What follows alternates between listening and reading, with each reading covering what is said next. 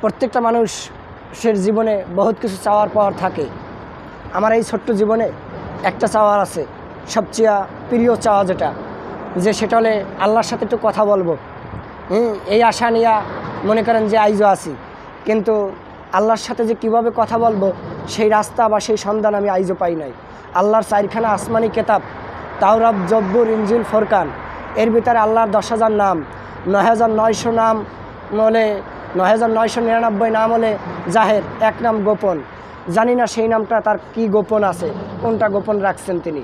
কিন্তু কোন নাম দিয়া ডাকলে বা কোন নাম ধরে ডাকলে যে আল্লাহকে পাবো, এটা আমি আইজ অবধি খুঁজে পাই নাই, বা কেউ আমাকে বলে নাই, কোনো হাজি গাজি মাওলানা মুক্তি যে তুমি এই নাম ধরে ডাকলে আল্লাহকে পাবা।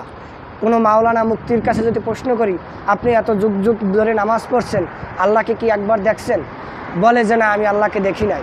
তবে আল্লাহকে যে কিভাবে দেখা যায় সেটা আমি আইজও জানি না। যদি কেউ জানেন কোনো হাজি গাজি মাওলানা, দয়া করে এই আমি অদম পাপী একজন নিকৃষ্ট ব্যক্তি, দয়া করে আমাকে জানাই যাবেন।